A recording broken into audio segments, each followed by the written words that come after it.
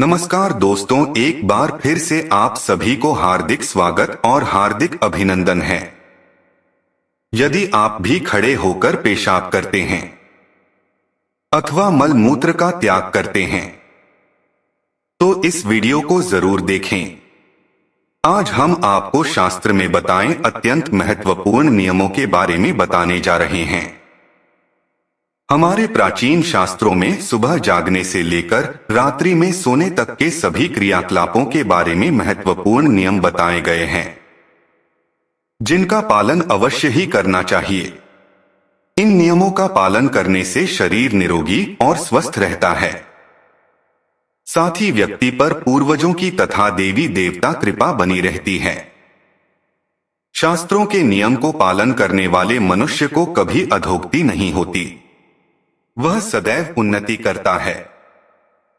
यदि मनुष्य शास्त्रों के विरुद्ध कार्य करता है तो उसके शरीर में अनेक विकार उत्पन्न होते हैं, ग्रहों की दशा खराब होती है तथा अनेक प्रकार की मानसिक और आर्थिक समस्याएं भी उत्पन्न होने लगती है। इसीलिए जितना हो सके मनुष्य को प्राचीन विद्वान ऋषि मुनियों द्वारा बताया गया इन शास्त्रीय नियमों पालन अवश्य करना चाहिए। यदि आप सभी नियमों का पालन नहीं कर सकते तो कम से कम कुछ महत्वपूर्ण नियमों का पालन जरूर कर सकते हैं। इसके साथ ही मनुष्य के इन नियमों की जानकारी भी अवश्य रखनी चाहिए। इससे ज्ञान में वृद्धि तो होती ही है, साथ ही मनुष्य का मनोबल और आत्मविश्वास बढ़ता है। श्री कृष्ण कहते हैं कि जो मनुष्य शास्त्रों का ज्ञान रखता है वह कभी दुखी नहीं रहता है तथा अनेक प्रकार के रोगों को रक्षा करने में खुद से समर्थ रहता है। इसलिए आप अपने ज्ञान में वृद्धि करने हेतु इस नियम को अवश्य जान ले। साथ ही अगर आप इनका पालन भी करते हैं तो निश्चित ही आपको इसका सकारात्मक प्रभाव देखने को मिलेंगे, इसमें संशय नहीं। तो चलिए आज की वीडियो में हम जानते हैं आचमन, भोजन तथा मल मूत्र का त्याग करने संबंधी नियम। मनुष्य को आचमन कब करना चाहिए, भोजन कब और कैसे करना चाहिए, मल मूत्र का त्याग भी कैसे करना चाहिए आदि विषय के बारे में इस वीडियो में जानेंगे। सबसे पहले जानते हैं आचमन कैसे करना चाहिए। दोस्तों, क्या आपको पता है आचमन क्यों करते हैं? शास्त्रों के अनुसार आचमन शरीर की शुद्धि के लिए किया जाता है। जब भी हम कोई अपवित्र कार्य करते हैं तो शरीर की शुद्धि के लिए आचमन किया जाता है।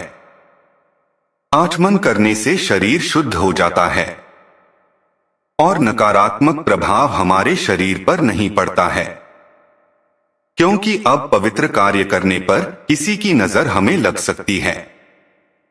उस नजर दोष से बचने के लिए भी तुरंत आचमन कर लेना चाहिए। खासकर महिलाओं को भी आचमन अवश्य करना चाहिए। इससे उनके जीवन पर कभी नकारात्मक शक्तियों का प्रभाव नहीं पड़ता है। दोस्तों, आपने देखा होगा कि पूजा से पहले पंडित जी हमें आचमन करने के लिए कहते हैं।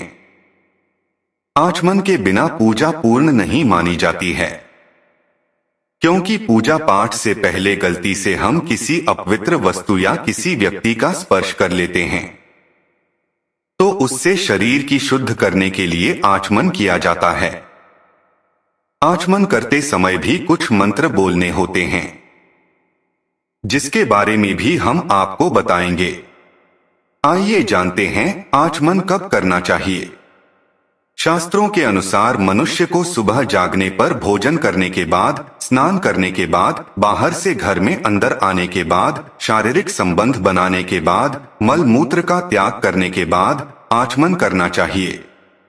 साथ ही क्रोध में आने के बाद, दूसरों को अनुचित बात कहने पर अथवा किसी का भूल सम्मान करने के बाद, किसी स्थान पर थूकने पर भी आचमन करना चाहिए।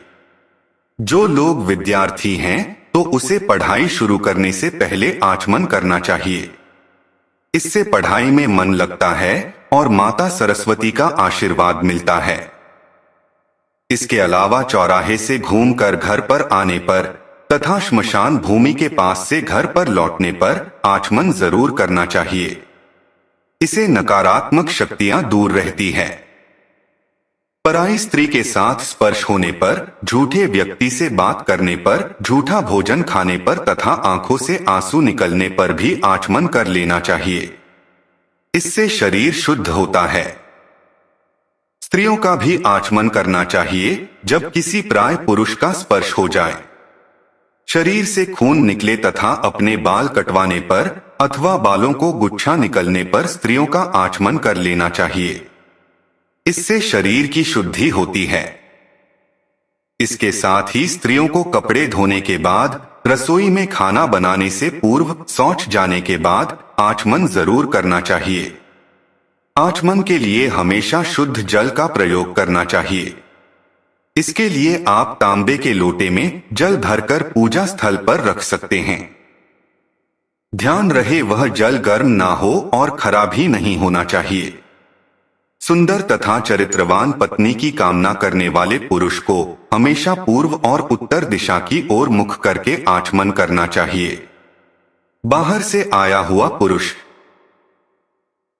अपने पैरों को धोए बगैर शुद्ध नहीं होता है। इसीलिए विद्वान पुरुष अपने घर के मुख्य द्वार के पास जल से भरा पत्र रखते हैं। आचमन करते समय मन में बुरे विचार न आने दें और इनमें से किसी एक मंत्र का उच्चारण करें। ओम केशवाय नमः, ओम नारायणाय नमः, ओम माधवाय नमः, ओम ऋषिकेशवाय नमः। आइए अब जानते हैं भोजन से संबंधी नियमों के बारे में। भगवान श्री कृष्ण कहते हैं, मनुष्य को हमेशा अपने 5 अंगों को साफ करके ही भोजन करना चाहिए। दोनों पैरों तथा दोनों हाथों और मुख के अच्छी तरह से साफ करके भोजन करना उचित होता है। इससे मनुष्य के शरीर से रोग दूर रहते हैं और व्यक्ति दीर्घायु बन जाता है। भोजन शुरू करने से पूर्व भगवान को धन्यवाद देना चाहिए और संसार के समस्त प्राणियों को भोजन प्रदान करने के लिए प्रार्थना करनी चाहिए। इस प्रकार से अन्य देवता को प्रणाम करके भोजन करने से मनुष्य को कोई पाप नहीं लगता है। श्री कृष्ण कहते हैं, मनुष्य को भोजन करते समय अधिक वार्तालाप नहीं करना चाहिए। प्रथम 3 नेवाले ग्रहण करते समय बोलना नहीं चाहिए। जब मनुष्य गुस्से में हो तो उसे भोजन नहीं करना चाहिए। रोते हुए तथा हंसते हुए भोजन करना अनुचित होता है। इस शरीर में विकार उत्पन्न होते हैं। भोजन के बारे में सर्वोत्तम स्थिति को बताते हुए श्री कृष्ण कहते हैं कि जमीन पर बैठकर ही भोजन करना है श्रेष्ठ होता है। इससे शरीर के अंदर की ऊष्मा पृथ्वी में प्रवेश करती है और भोजन अच्छी तरह से पच जाता है। बिस्तर पर बैठकर भोजन करने से मनुष्य के शरीर में रोग उत्पन्न होते हैं और उसकी आयु कम हो जाती है। साथ ही दहलीज पर बैठकर भोजन करना भी अनुचित होता है। इससे देवी लक्ष्मी रूठ जाती है। हथेली पर रखकर अथवा चलते हुए भोजन करने से मनुष्य के जीवन में दरिद्रता आती है और उसके धन का नाश हो जाता है। आइए अब जान लेते हैं मनुष्य को किस प्रकार का भोजन नहीं खाना चाहिए। सबसे पहला भोजन है जिस भजन को कोई लांघ कर गया हो। भगवान श्री कृष्ण कहते हैं कि जिस भोजन के ऊपर से कोई पैर रखकर चला गया है अथवा कोई व्यक्ति भोजन को लांघ कर गया हो, ऐसे भोजन को कभी खाना नहीं चाहिए। ऐसा भोजन अशुद्ध हो जाता है। ऐसे भोजन को पशुओं को खिला देना चाहिए। दूसरों के द्वारा लांघा गया भोजन खाने से मनुष्य की आयु कम हो जाती है और उसके शरीर में भिन्न भिन्न प्रकार के रोग उत्पन्न होते हैं। दूसरा भोजन है जिस भोजन में बाल निकला हुआ हो। गरुड़ पुराण के अनुसार यदि भोजन में बाल निकल आता है तो ऐसा भोजन त्याज्य हो जाता है। यदि अन्न में बाल निकलता है तो उसे ईश्वर को कभी प्रसाद के रूप में नहीं चढ़ाना चाहिए और ना ही स्वयं खाना चाहिए। ऐसा भोजन पाटों को प्राप्त हो जाता है। तीसरे प्रकार का भोजन है दूसरों को परोसा हुआ। श्री कृष्ण कहते हैं, मनुष्य को दूसरों को भरोसा हुआ भोजन भी नहीं खाना चाहिए। जो मनुष्य किसी के भोजन को छीन कर खाता है अथवा बिना किसी के दिए हुए भी उपभोग करता है, उसे देवी अन्नपूर्णा रुष्ट हो जाती है। भोजन सभी में बांटकर खाना चाहिए। दूसरों के हिस्से का भोजन करने से मनुष्य के पुण्य कर्म नष्ट हो जाते हैं। आइए अब जानते हैं मल मूत्र का त्याग कैसे करना चाहिए।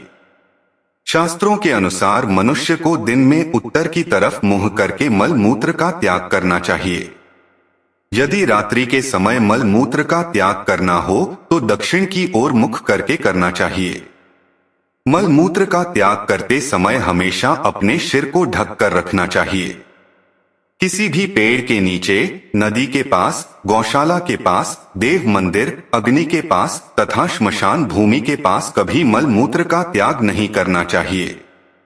शास्त्रों में कहा गया है, खड़े होकर कभी मल मूत्र का त्याग नहीं करना चाहिए। इससे शरीर में रोग और विकार निर्माण होते हैं।